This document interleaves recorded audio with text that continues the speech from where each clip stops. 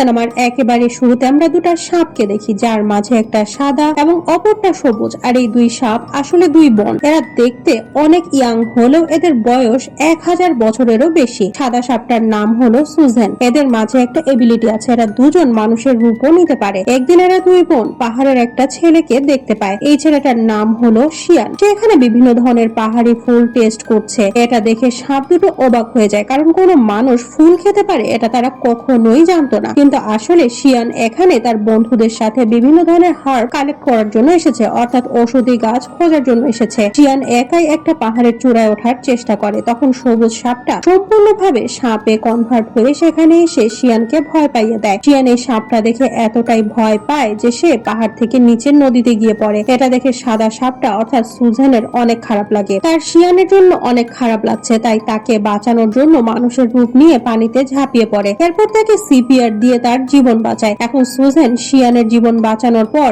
এখান থেকে চলে যায়। পরের সিনে আমরা দেখি যখন শিয়ান চোখ খুলে তাকায় তখন তার আশেপাশে তার বন্ধুদের দেখতে পায়। সে তার বন্ধুদের জিজ্ঞেস করে, যে মেয়েটা আমার জীবন বাঁচিয়েছে সে কোথায় গেল? কিন্তু এটা শুনে তার বন্ধুরা অবাক হয়ে যায়, কারণ তারা কোনো মেয়েকেই দেখতে পায়নি। এদের কাছে মনে হয় হয়তো শিয়ান হ্যালুসিনেট করছে। অন্যদিকে আমরা দেখি সেদিন গ্রামে একটা ফেস্টিভ্যাল সেলিব্রেট করা হবে, আর এই ফেস্টিভ্যালের জন্য গ্রামের টেম্পলের মাস্টার এবং তার বন্ধু সেখানে যাচ্ছে, কারণ তাদের কাছে মনে হচ্ছিল এই ফেস্টিভ্যালে এসে মানুষদের উপরে মনস্টার আক্রমণ করবে। এদিকে শিয়ান ওষুধি গাছের হার্ব নিয়ে গ্রামে ফিরে যাচ্ছে। রাস্তায় টেম্পলের মাস্টার এবং তার বন্ধুর সাথে শিয়ানের দেখা হয়, তাই সে তাদেরকেও তাদের নৌকায় তুলে নেয়। মিনওয়াইল আমরা দেখি সেই সাদা রঙের সাপটা অর্থাৎ সুজেন শিয়ানকে বাঁচানোর পরে বারবার সেই মোমেন্টটাকে মিস করছে। সে যেভাবে সিপিআর দিয়ে শিয়ানের জীবন বাঁচিয়েছে সে ব্যাপারে সে বারবার চিন্তা করছে। এখান থেকে আমরা বুঝতে পারি আসলে সে শিয়ানের প্রেমে পড়ে গেছে। তখন সেখানে সবুজ রঙের সাপটা এসে সুজেনকে বলে, আমি সেই ছেলেটার সাথে দেখা করতে চাই, আমার বোন যার প্রেমে হাবুডুবু খাচ্ছে। তাই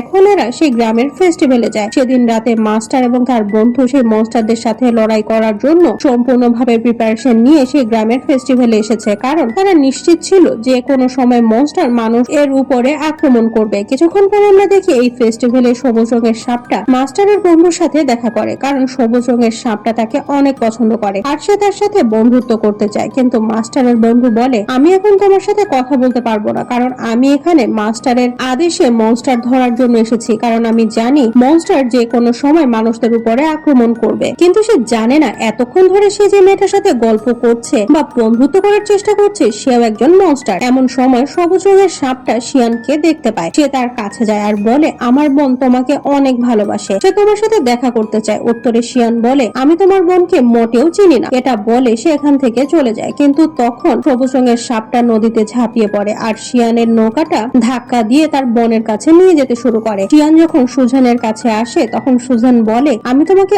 অনেক ভালোবাসি। কিন্তু উত্তরে শিয়ান বলে, আমি অন্য আরেকজনকে ভালোবাসি, কিন্তু আমি জানি না সেই মেয়েটা আসলে কে। যখন আমি নদীতে পড়ে গিয়েছিলাম তখন সে আমার জীবন বাঁচিয়েছিল। এটা শোনার সাথে সাথে সুজেন বুঝতে পারে আসলে শিয়ান তাকেই ভালোবাসে যেভাবে সে তাকে ভালোবেসেছে। আর এটা বিশ্বাস করানোর জন্য সে আবারও শিয়ানকে পানিতে ধাক্কা দিয়ে ফেলে দেয় এবং তাকে এটা রিয়েলাইজ করায় যে সে সেই মেয়েটা যাকে শিয়ান ভালোবাসে আর সেই শিয়ানের জীবন বাঁচিয়েছিল। এখান থেকে শিয়ান বুঝতে পারে এই মেয়েটাই সেই মেয়ে যাকে সে এতদিন ধরে খুঁজছে। অন্যদিকে মাস্টারের বন্ধু কয়েকজন মনস্টারকে দেখতে পায় আর সে তাদের সাথে ফাইট করতে শুরু করে, কিন্তু তখন মাস্টারের বন্ধুকে একটা মনস্টার কামড় দেয়, যে জন্য সে অনেক ইনজিউর্ড হয়ে যায়। এখন সে তার মাস্টারকে সাহায্যের জন্য ডাকে। তখন সেখানে মাস্টার এসে মনস্টারদের সাথে ফাইট করতে শুরু করে। সে মনস্টার গুলোকে হেল অর্থাৎ নরকে নিয়ে গিয়ে আগুনে পুড়িয়ে মেরে ফেলে। এখন আমরা দেখি পরের দিন সকালে সুজেন শিয়ানের বাসায় আসে। এটা দেখে শিয়ান অনেক খুশি হয়। এখন এরা একসাথে থাকতে শুরু করে আর কিছুদিন পরে বিয়ে করে ফেলে। এদিকে আমরা দেখি মাস্টারের বন্ধু যে মনস্টারদের সাথে ফাইট করছিল তাকে একটা মনস্টার কামড় দেওয়ার জন্য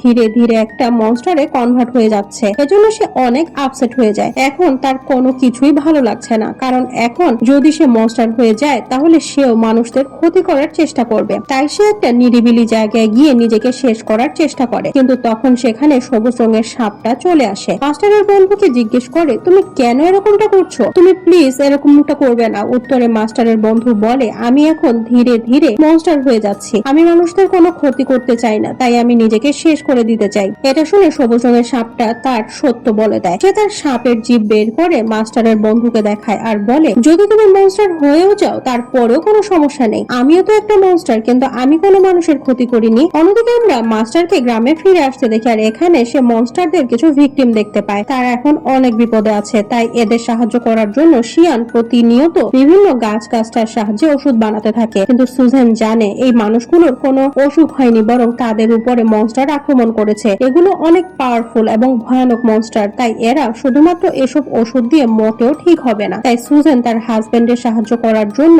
আর সেই সকল মানুষদের জীবন বাঁচানোর জন্য তার নিঃশ্বাস এই ওষুধের মধ্যে মিলিয়ে দেয়। সুজেনের কাছে একটা ইঁদুর আছে যেটা তার বন্ধু। সে সুজেনকে জিজ্ঞেস করে, তুমি এটা কি করছো? তুমি এই ওষুধের মধ্যে তোমার নিঃশ্বাস মিলিয়ে দিচ্ছ। তুমি কি জানো এটার জন্য তোমার কতটা ক্ষতি হবে? তোমার নিঃশ্বাসের পাওয়ার দিয়ে তুমি ধীরে ধীরে অনেক দুর্বল হয়ে যাবে। কিন্তু সুজেন তার হাজবেন্ড ও মানুষদের সাহায্য করতে চায়। যখন শিয়ান গ্রামের মানুষদের তার বানানো ওষুধ খাওয়ায় তখন তারা ধীরে ধীরে সুস্থ হয়ে যেতে শুরু করে। শুধু তাই না, তারা নর্মালও হয়ে যেতে শুরু করে। এটা দেখে মাস্টার অবাক হয়ে যায়, কারণ সে জানতো যা কিছুই হোক না কেন এই মানুষগুলো কখনোই সুস্থ হবে না। কিন্তু এখন সব মানুষ ঠিক হয়ে যাচ্ছে, যেটা দেখে মাস্টার অনেক অবাক হয়ে যায়। সে কোনো কিছুই বুঝতে পারে না। তাই সে শিয়ানের কাছে গিয়ে জিজ্ঞেস করে, তুমি যখন এই ওষুধগুলো বানাচ্ছিলে তখন কেউ কি তোমাকে সাহায্য করেছে? উত্তরে শিয়ান বলে, হ্যাঁ, আমার ওয়াইফ আমাকে হেল্প করেছে। এটা শোনার সাথে সাথে মাস্টার বুঝতে পারে আসলে শিয়ানের ওয়াইফ কোনো মানুষ নয়, বরং একটা মনস্টার। তাই মাস্টার শিয়ানের প্রোটেকশনের জন্য তাকে একটা হোলি নাইফ দেয়। কিছুক্ষণ পরে মাস্টার সুজেনের কাছে যায়। সে সুজেনকে জিজ্ঞেস করে, তুমি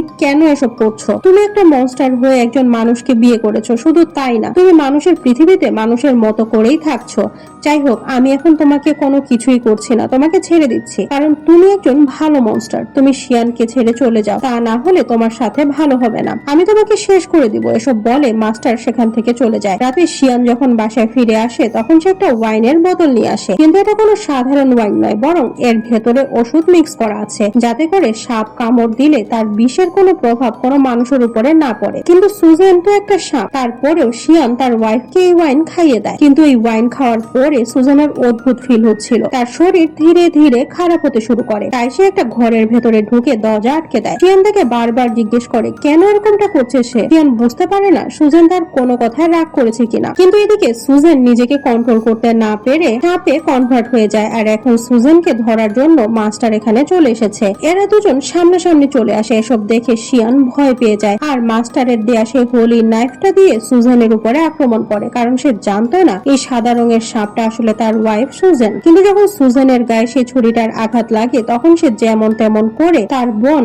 সবুজ রঙের সাপটার কাছে চলে আসে। যেহেতু সুজেনের গায়ে সেই হোলি নাইফটা দিয়ে আঘাত করা হয়েছিল, তাই সে আর কখনোই মানুষে কনভার্ট হতে পারবে না। সে সারা জীবন সাপ হয়ে থাকবে আর ধীরে ধীরে সে শেষ হয়ে যাবে। এদিকে শিয়ান মাস্টারকে জিজ্ঞেস করে, আমার ওয়াইফ কোথায় গেছে? তখন মাস্টার তাকে জানায়, এই হোয়াইট কালারের সাপটাই তোমার ওয়াইফ সুজেন। তুমি 1000 বছরের পুরনো একটা সাপকে বিয়ে করেছিলে। শিয়ান যখন জানতে পারে তার ওয়াইফ একটা মনস্টার তখন সে একেবারে শকড হয়ে যায়। এখন সে বুঝতে পারে এই ছুরির আঘাতের জন্য সুজেন আর কখনোই মানুষ হতে পারবে না। সে ধীরে ধীরে মৃত্যুর কোলে ঢলে পড়বে। তখন সুজেনের বন্ধু ইঁদুরটা শিয়ানকে জানায় এমন একটা ওষুধ আছে যেটার মাধ্যমে সে সুজেনের জীবন বাঁচাতে পারবে। কিন্তু সেই ওষুধ বানানোর জন্য যে হার্ব লাগবে সেটা নিয়ে আসা অনেক কষ্টকর। এটা আনতে গিয়ে জীবনও চলে যেতে পারে, কারণ সে জায়গায় মনস্টারের ছায়া আছে। এত সবকিছু জানার পরেও শিয়ান সেখানে যায় এবং বিভিন্ন বিপদের মোকাবেলা করতে করতে সে ওষুধের গাছটা পর্যন্ত পৌঁছে যায়। কিন্তু তখন শিয়ানের উপরে সে মনস্টারের ছায়া পড়ে। তাই মাস্টারের সব সহযোগী এবং মাস্টার মিলে তাকে বাঁচানোর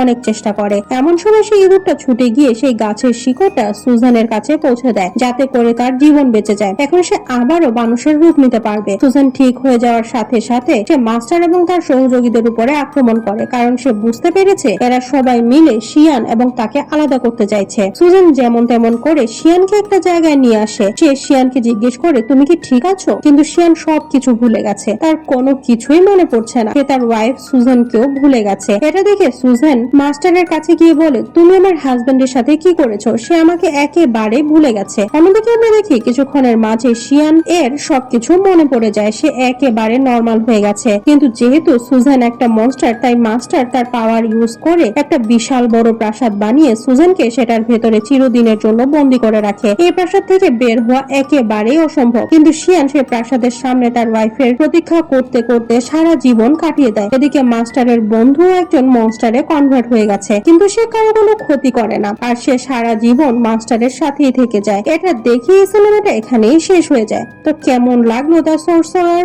এন্ড দ্য হোয়াইট স্নেকের এক্সপ্লেনেশন তা কমেন্ট করে জানাতে ভুলবেন না। আজকের মতো আমি মারুফা বিদায় নিচ্ছি। ভালো থাকবেন, সুস্থ থাকবেন, নিজের ও পরিবারের যত্ন নেবেন। বাই।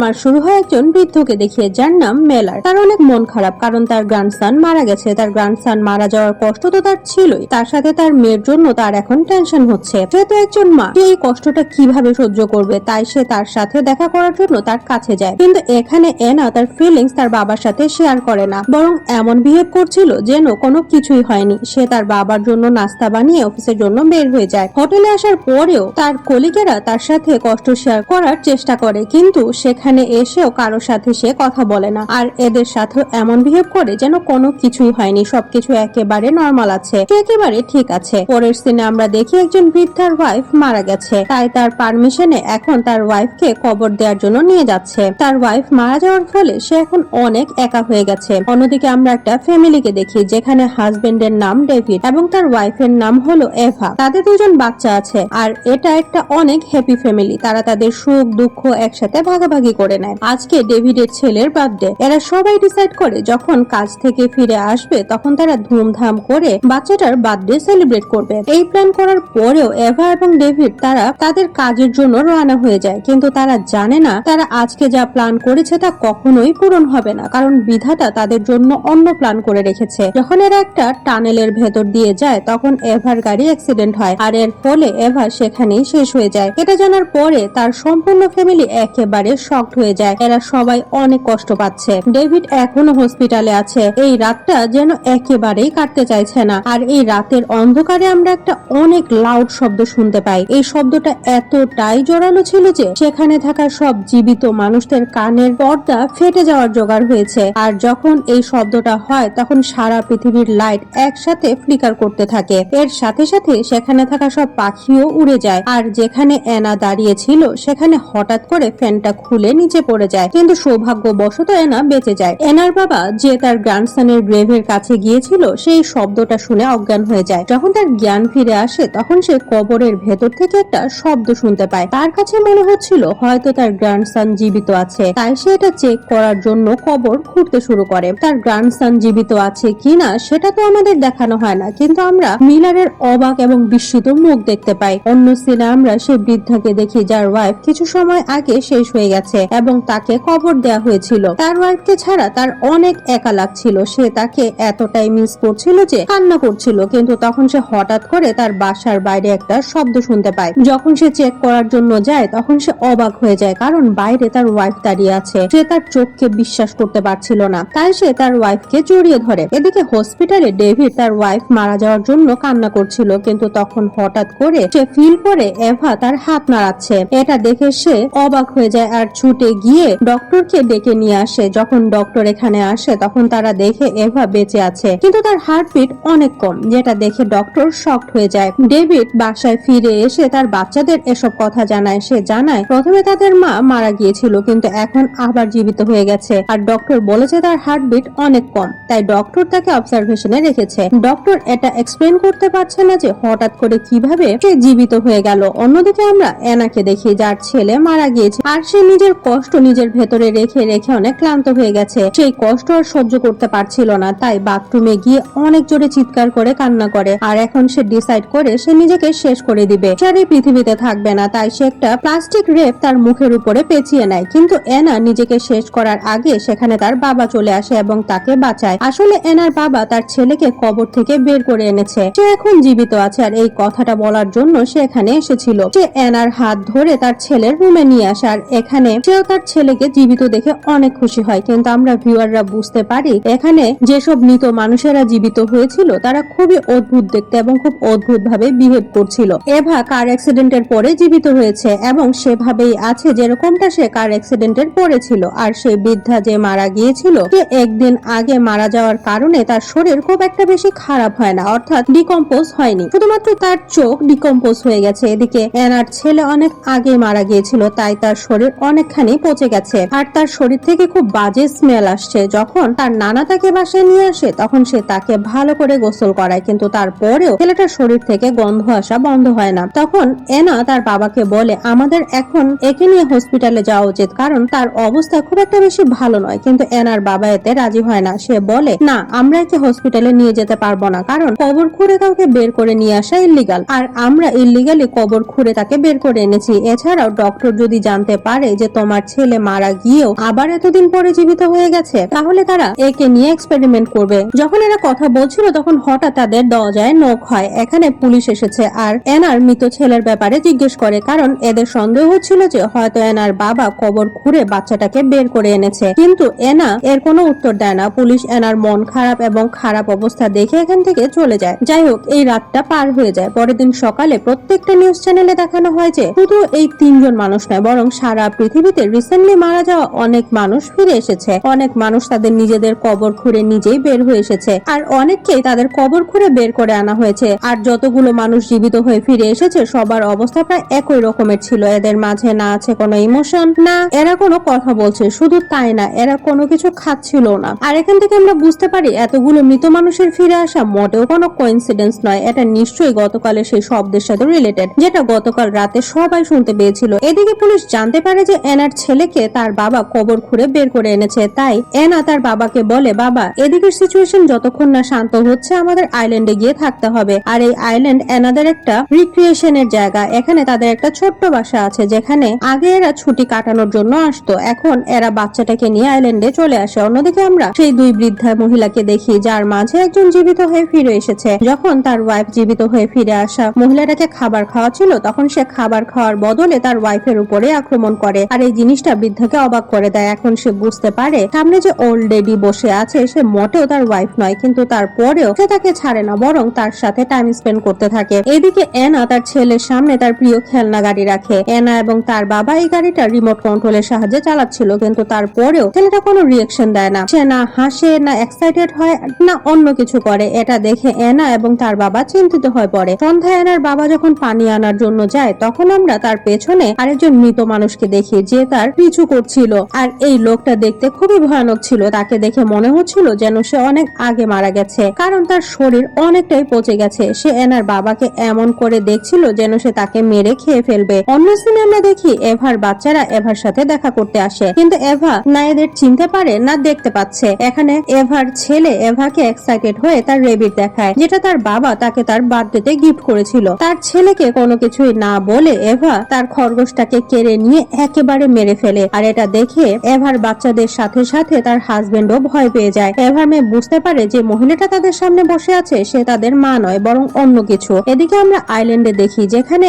এনাও সেই মৃত ব্যক্তিকে দেখতে পায় যে বাবার পেছনে পেছনে যাচ্ছিল। এনা তাকে দেখে অনেক ভয় পেয়ে যায় আর সে তার দরজা জানালা সব শক্ত করে বন্ধ করে দেয়। যখন এনার বাবা ফিরে আসে তখন সে দ্রুত তার বাবাকে সেই মৃত ব্যক্তির ব্যাপারে জানায়। তখন এনার বাবা বলে, দাঁড়াও আমি তার সাথে কথা বলে আসছি। কিন্তু এনা তার বাবাকে থামানোর অনেক চেষ্টা করে যাতে করে সে বাইরে না যায়, কিন্তু এনার বাবা তার একটাও কথা শুনে না। আর যখন সে বাইরে আসে তখন সে মৃত ব্যক্তি এনার বাবার উপরে আক্রমণ করে তাকে মেরে ফেলে। এটা দেখে এনা এতটাই ভয় পেয়ে যায় যে সে এখান থেকে পালানোর চেষ্টা করে। সে তার ছেলেকে কোলে নিয়ে এখান থেকে একটা নৌকায় করে চলে যেতে থাকে। পানি অনেক গভীর ছিল তাই সেই মৃত ব্যক্তি আর এনার পিছু করে না। অন্যদিকে আমরা সেই ওল্ড লেডিদের দেখি যেখানে মৃত ওল্ড লেডি তার জীবিত ওয়াইফকে মেরে ফেলেছে। তার মানে যেসব মানুষ জীবিত হয়ে ফিরে এসেছে তারা প্রত্যেকে জীবিত মানুষদের মেরে ফেলছে, কিন্তু এর পেছনে আসলে কি উদ্দেশ্য সেটা আমরা জানতে পারি না। হয়তো এরা সবাই জম্বি হয়ে গেছে। সিনেমার শেষ সিনে আমরা দেখি এনা তার নৌকায় করে তার ছেলেকে নিয়ে অনেক দূরে চলে যাচ্ছিল।